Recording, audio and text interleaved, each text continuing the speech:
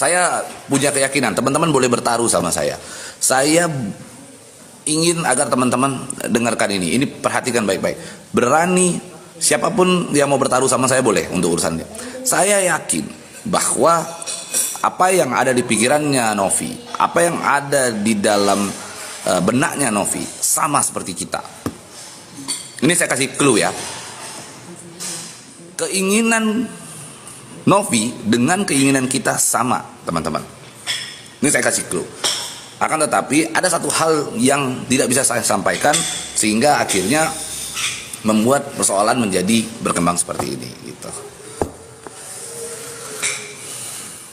Jangan abaikan polling, pasti teman-teman. Saya punya beban karena polling itu sempat saya ikut di dalam mengajak teman-teman untuk mengisi polling, sehingga saya tidak akan semudah itu atau segampang itu meninggalkan polling. Saya tidak mau agar polling tersebut diabaikan begitu saja gitu.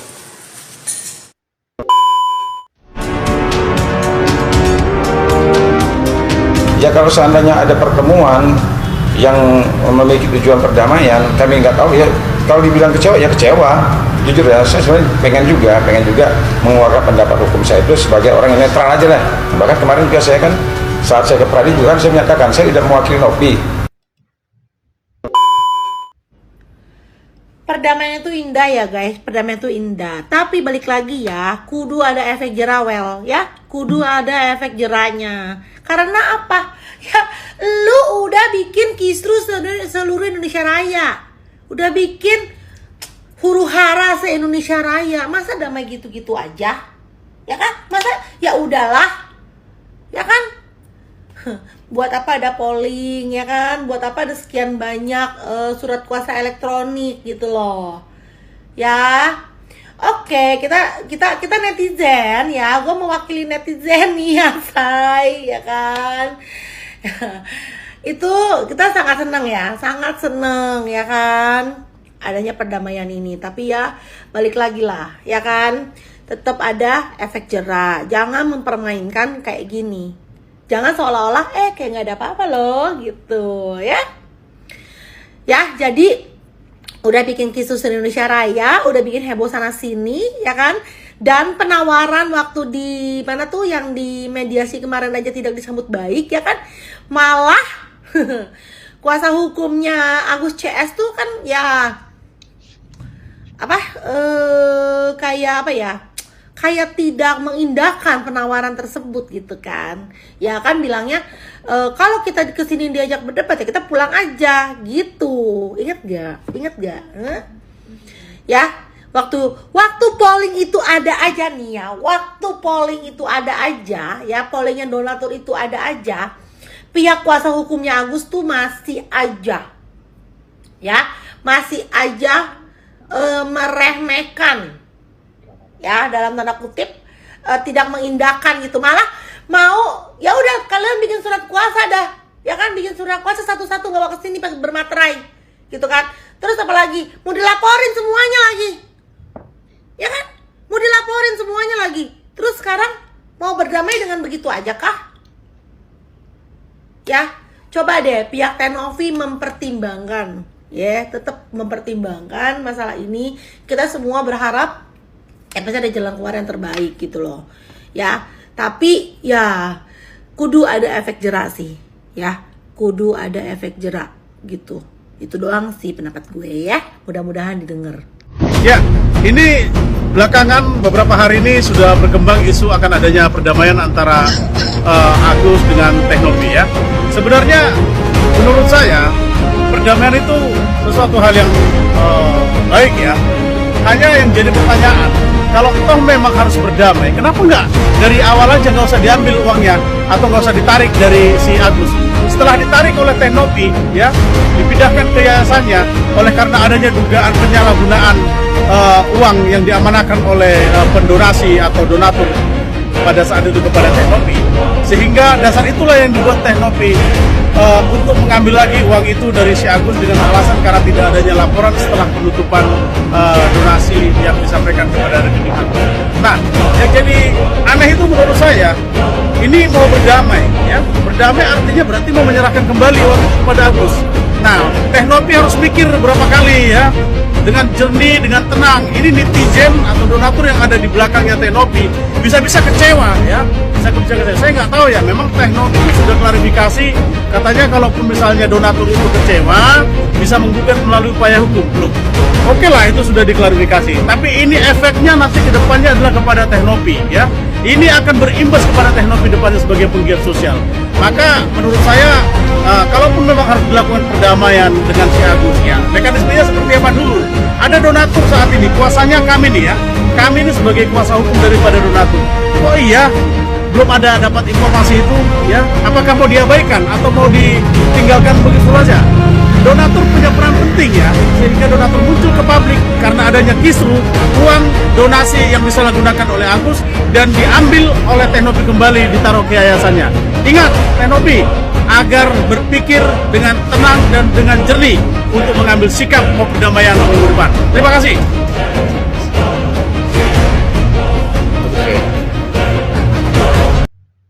Saya mau bilang sama ke Bang Terang aja.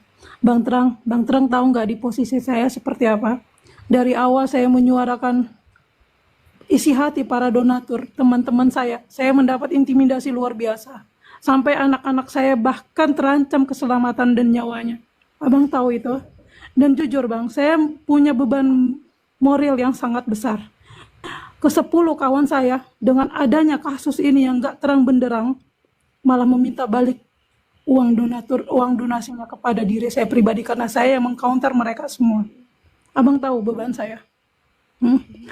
Setega itu abang bilang saya nggak ikhlas Bang. Saya sangat ikhlas, bahkan saya diintimidasi luar biasa. Kenapa saya menghilang beberapa hari di Komalnya Bang Faktual? Karena intimidasinya luar biasa. Dan jujur ya, walaupun ada Farhat Abbas di bawah, saya udah mendapat surat cinta dari pelaporan Farhat Abbas. Udah sampai ke tangan saya Bang. Apa salah donatur sih di sini?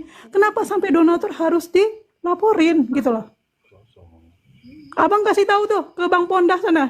Bilang Sabila udah dapat surat cinta dari Polda Metro Jaya atau laporan dari Farhat Abbas. Saya punya kok. Tapi saya nggak mungkin belak-belakan di sini Bang. Mbak Sabila. Iya. Mbak Sabila dilaporkan. Iya, dilaporkan Bang. Saya punya. Udah. Salam KBD bosku. Mohon maaf ini mengganggu. Salam kenal buat semua yang ada di sini. Saya sudah tahu kita punya akun cukup lama. Jadi saya naik ini karena saya merasa resah ada donatur yang dilaporkan. Kenapa saya merasa resah? Karena uang donasi itu datang dari tempat saya, Curhat Bang. Donatur itu datangnya dari saya yang 1, sekian miliar itu. Saya punya kewajiban untuk menjaga donatur saya. Dan ketika donatur saya diserang secara hukum, maka saya akan turun tangan. Apalagi saya dengar donatur saya salah satu yang dilaporkan itu sedang hamil. Saya akan memeriksa langsung. Dan saya menghimbau untuk donatur saya menganggap donatur saya karena datangnya dari tempat saya, jangan ada yang gentar. Saya Denny Sumargo bersama dengan kalian. Tidak mundur saya selangkah. Jangan takut. Jadi buat donatur yang dilaporkan, yang sedang hamil itu, nanti saya akan periksa kebenarannya. Hubungi saya. Cari bagaimana caranya hubungi saya. Saya ada di belakang kalian. Jangan takut. Itu pesan saya. Jadi jangan ada yang gentar sama sekali. Percaya. Kebenaran akan menemukan jalannya. Dan kalau saya sudah di belakang kalian, tidak gerak kita punya kaki bosku. Siap Bang. Itu saja. Terima kasih banyak. Tanggapan dari netizen terutama para donatur katanya melihat adanya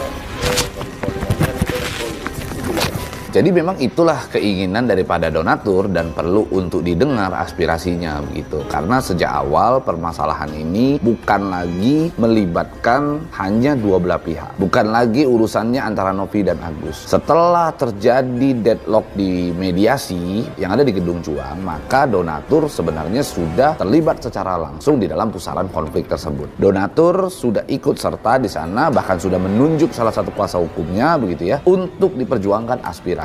Hal itu tentunya merupakan sebuah proses di mana pembelaan, dukungan, support yang begitu besar datang dari donatur. Sehingga ketika ada keputusan yang ingin diambil dari Novi itu sendiri, ya tentunya harus ada persetujuan daripada para donatur. Jadi kalau saya ditanya terlalu dalam, ya saya juga bingung bagaimana harus menyampaikan hal tersebut. Akan tetapi hal tersebut juga sudah saya sampaikan langsung ke Novi gitu ya. Akan tetapi memang terkendala di mana ada pihak yang mungkin gitu ya ingin mendominasi bagaimana urusan tersebut bisa berjalan baik di tangannya sendiri. Nah, saya kasih clue seperti itu tuh. Intinya saya mencoba untuk menahan diri, saya mencoba untuk tidak mau cawe-cawe di dalam kasus tersebut gitu ya, karena ini urusan adalah sejak awal juga dasarnya adalah Novi dan Agus gitu ya. Gue nggak mau mencoba untuk memberikan masukan yang buruk juga ke dalam urusan ini gitu. Akan tetapi sejak awal persyaratan daripada mediasi tersebut sudah tertuang bahwa adanya syarat Pablo tidak boleh